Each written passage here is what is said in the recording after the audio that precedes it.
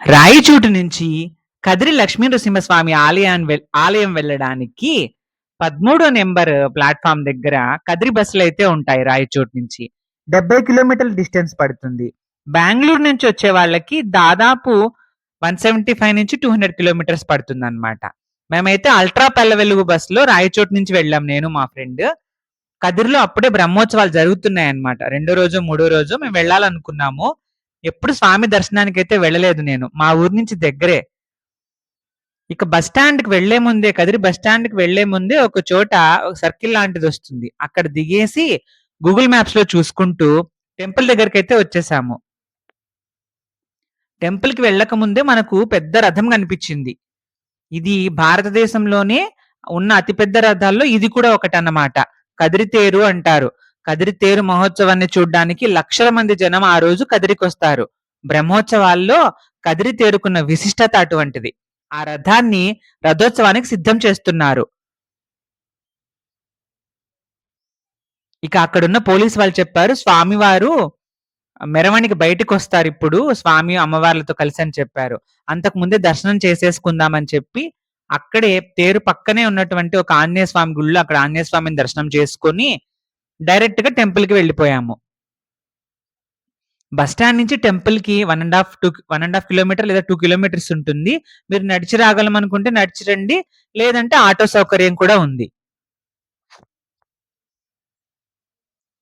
ప్రధాన ఆలయానికి వెళ్లే దారిలోనే మీకు పూజా సామాగ్రి, ఈ షాపులన్నీ ఉంటాయి.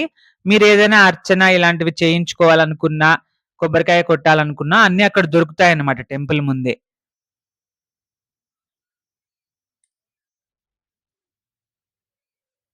కదిరి ఆలయానికి కదిరి ఆలయ ప్రాశస్త్యాన్ని చెప్పడానికి ఎన్నో కథలు ప్రాచుర్యంలో ఉన్నాయి. ఒకానొకప్పుడు ఇక్కడ భృగు మహర్షి తపస్సు చేశాడట. ఆ తపస్సుకు మెచ్చినప్పుడు స్వామివారు తాను ఇక్కడే భృగుతీర్థంలో ఉన్నానని చెప్పారంట ఒక సరస్సులో. అప్పుడు వసంత వల్లభుడు అనేటటువంటి స్వామి విగ్రహాలని ఆయన వసంత కాలంలో ప్రతిష్ఠించారట భృగు మహర్షి. అందుకే ఆ స్వామికి వసంత వల్లభులు అని పేరు పెట్టారు. ఇప్పటికి కూడా స్వామి ఇక్కడున్నటువంటి విగ్రహాలకు ఉన్నటువంటి శోభ ఇంకెటువంటి ఆలయాల్లో కూడా కనిపించదంట. ఎటువంటి విగ్రహాల్లో కూడా అంత బాగుంటాయన్నమాట ఆ విగ్రహాలు. అవి స్వామివారు స్వయంగా అందజేశారట భృగు మహర్షికి. వేదాలను మానవాళికి అందించినటువంటి వేదవ్యాస మహర్షి కూడా కొంతకాలం ఈ ప్రాంతంలో సంచరించారట, ఇక్కడ ఉన్నారు.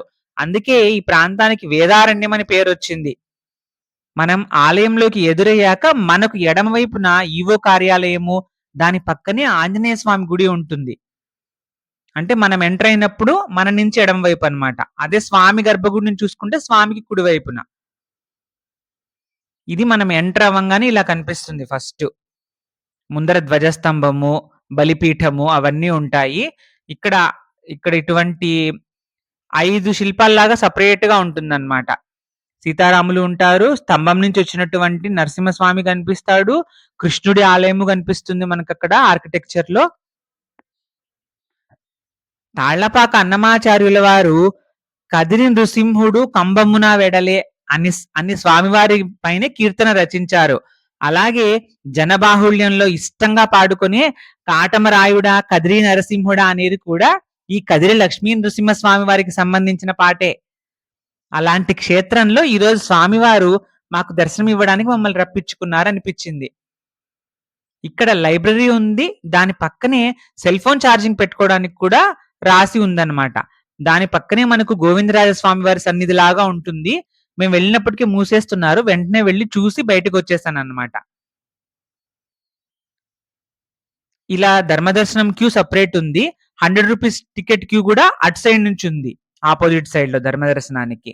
మేము వెళ్ళినప్పుడు పెద్ద రష్ లేదు కాబట్టి డైరెక్ట్ గా లోపలికి పంపించేశారు క్యూలోకి. ఒక ఇంపార్టెంట్ డాక్యుమెంట్స్ ఉన్నాయని బ్యాగ్ పట్టుకొని నేను బయటే ఉన్నాను. మా ఫ్రెండ్ ముందు దర్శనానికి వెళ్ళొచ్చాడు. తర్వాత నేను వెళ్ళాను. ఇలా సపరేట్ వెళ్ళామన్నమాట. దర్శనం అయిన తర్వాత నేను ఇలా ఫోటోలు వీడియోలు తీసుకున్నాను. లోపలికైతే ఫోటో వీడియో అలో ఉండదు. మనం బయట ప్రాంగణాన్ని అయితే తీసుకోవచ్చు అన్నమాట, క్యాప్చర్ చేయొచ్చు. ఇక్కడ వసతి గృహాలు కూడా ఉన్నాయి. టెంపుల్‌లో. బ్రహ్మోత్సవాలప్పుడైతే రష్ దొరకదని జెప్పారు. ఎందుకంటే ఈ పని చేసే వాళ్ళంతా ఉంటారు గదా! బ్రహ్మోత్సవాలకి. వాళ్ళకి అకామిడేషన్‌తోనే మాక్సిమం బుక్ అయిపోతాయన్నమాట రూమ్స్. అప్పుడు బయట హోటల్స్ ట్రై జేసుకోవాలి. నార్మల్ టైమ్‌లో అయితే మీకు రూమ్ గూడా దొరుకుతది సత్రంలాగా. మనం దర్శనం అయిపోయి బయటకొచ్చేసాక రైట్ సైడ్ చూస్తే గనక అన్నదానం కూడా ఉంది ఇక్కడ నిత్యాన్నదానం. ఆఫ్టర్‌నూన్ 11:30 లేదా 12కి స్టార్ట్ చేస్తారు. మధ్యాహ్నం 2 వరకు భోజనం పెడతారు. ఇది బ్రహ్మోత్సవాలప్పుడు కాబట్టి స్పెషల్ ఏంటంటే మార్నింగ్ కూడా పెట్టారన్నమాట. ఉప్మా అట్లా టిఫిన్ లాగా పెట్టారు. మధ్యాహ్నం భోజనం కూడా పెట్టారు. మామూలు మిగతా దినాల్లో అయితే గనక ఓన్లీ భోజనం అనే మెన్షన్ చేశారు టైమింగ్ అక్కడ. టిఫిన్ ఉన్నట్టు మెన్షన్ చేయలేదు. బయట మీకు హోటల్స్ అన్ని అందుబాటులో ఉన్నాయన్నమాట తినాలనుకుంటే. ఇక్కడ డిఫరెంట్‌గా అనిపించిందేంటంటే, గోడల మీదే కాకుండా ఇక్కడ మన కింద మనం నడిచే ఫ్లోర్ మీద కూడా ఇట్లా డిఫరెంట్ డిఫరెంట్ విగ్రహాలనేవి ఉన్నాయి. అంటే ఒక చోట పాముది, ఒక చోట ఏనుగుది, ఇలా డిఫరెంట్ గరుడాల్వార్ ఒక చోట, ఇలా నేల మీద కూడా ఉబ్బు శిల్పాల్లాగా ఉన్నాయి. ఇది ఇంకొక గోపురము. పడమర రాజగోపురం. సపోజ్ మనం తూర్పు నుంచి ఎంటర్ అయ్యామనుకో, నేను 4 గోపురాలు చూసుకుంటూ ఉన్నానన్నమాట. బయటకొచ్చి ఆ ఏరియా ఎలా ఉంది, ఈ ఏరియా ఎలా ఉంది అని. 4 గోపురాల్లో ఒక గోపురం అయితే క్లోజ్డ్‌లో ఉంది. అక్కడ డోర్ అయితే క్లోజ్ చేశారు. మిగతా 3 గోపురాలు కవర్ చేశాను.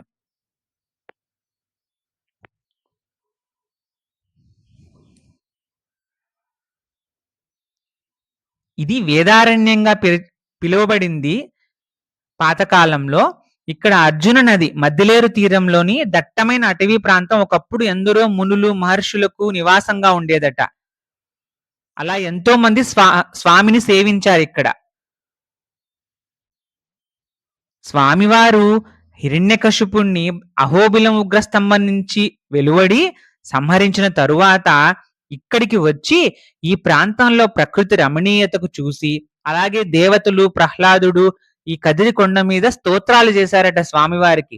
అందుకే ఈ కొండను స్తోత్రాద్రి అనే పేరు కూడా పిలుస్తారు. ఆ పేరుతో కూడా.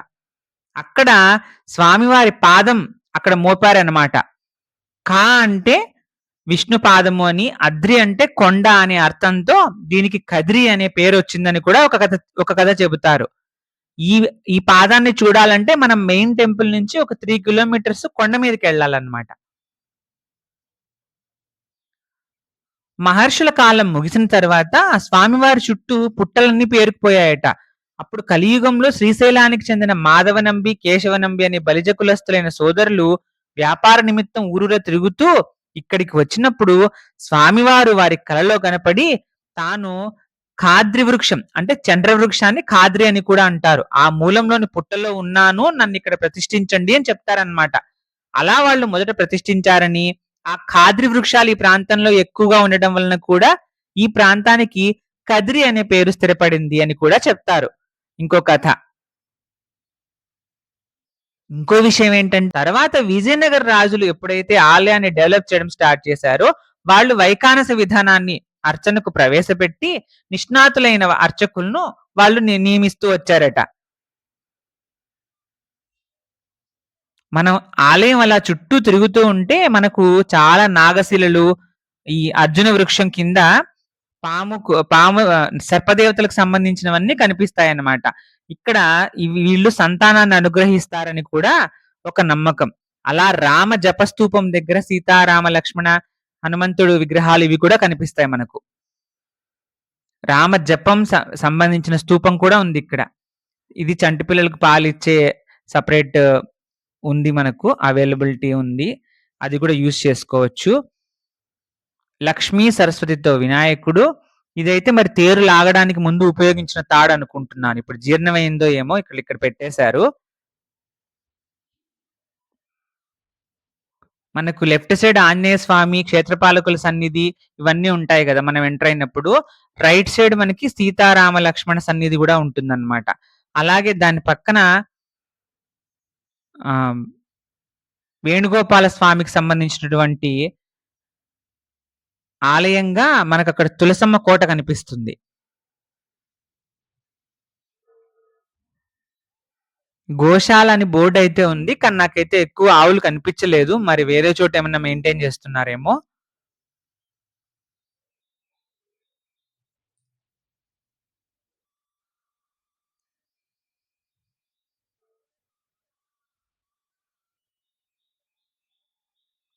ఇలా దర్శనమయ్యాక లోపలే ప్రసాదం కూడా ఇచ్చారు. ఇక్కడ స్వామివారు ప్రహ్లాద సమేతంగా వెలిసారు.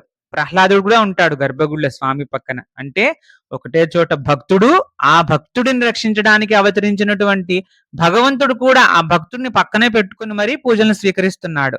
తర్వాత అమ్మవారు అమృతవల్లి తాయారు ఉంటారు. లక్ష్మీదేవి స్వరూపం. స్వామివారి దర్శనానికి వెళ్ళక ముందే ఆండాళ్ళ అమ్మవారి సన్నిధి కూడా చూసుకొని మనం లోపలికి వెళ్ళొచ్చు. ఇక ఉత్సవ విగ్రహాలన్నీ కూడా మనకి స్వామి దగ్గరే ఉంటాయి. ప్రసాదాలు మనం కొనుక్కోవాలన్నా కూడా దర్శనం తర్వాత బయటికొచ్చి చూస్తే మనకు ప్రసాదాల అమ్మే స్థలం కూడా కనిపిస్తుంది. టెంపుల్‌కి ఎంటర్ కాకముందే మనకు మొబైల్స్, బ్యాగ్స్ పెట్టుకోవడానికి ఫెసిలిటీ ఉంది. అక్కడ మనము వాళ్ళు చెప్పిన రుసుము చెల్లించి మనమైతే అక్కడ అప్పజెప్పేయొచ్చు. మీరు ఫోటోలు, వీడియోలు తీసుకోవాలంటే మళ్ళీ మీరు తీసుకొని లోపలికొచ్చి తీసుకోవచ్చనమాట. ఫోటోస్ అవి. కెమెరా ముందు అక్కడ పెట్టేసేసి తర్వాత మొబైల్ తెచ్చుకొని తీసుకోవచ్చు. ఇది తులసమ్మ కోట. ఆ పక్కనే రాముల వారిదుంటుంది. దీనికి దగ్గరలోనే మనకి ఎంక్వైరీ కౌంటర్ కూడా ఉంటుంది. రూమ్స్ గురించి, టెంపుల్ డీటెయిల్స్ గురించి గూడా. మీకక్కడ చెప్తారు. దర్శనానికి, పూజలకి ఏదైనా సెపరేట్ టికెట్లు కావాలన్నా మీరు తీసుకోవచ్చు.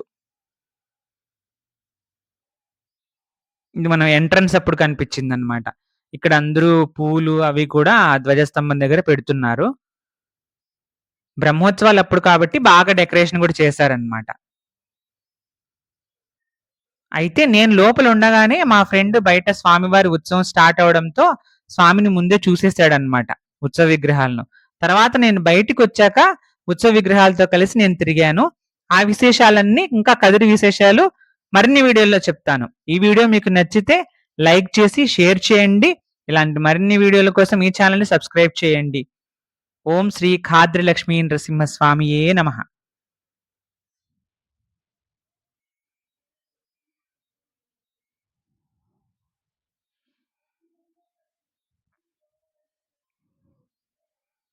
ఇది భక్తురాలు సాసవల్ చిన్నమ్మ నిర్మాణం చేయించినటువంటి దక్షిణ గోపురంగా చెప్తారు.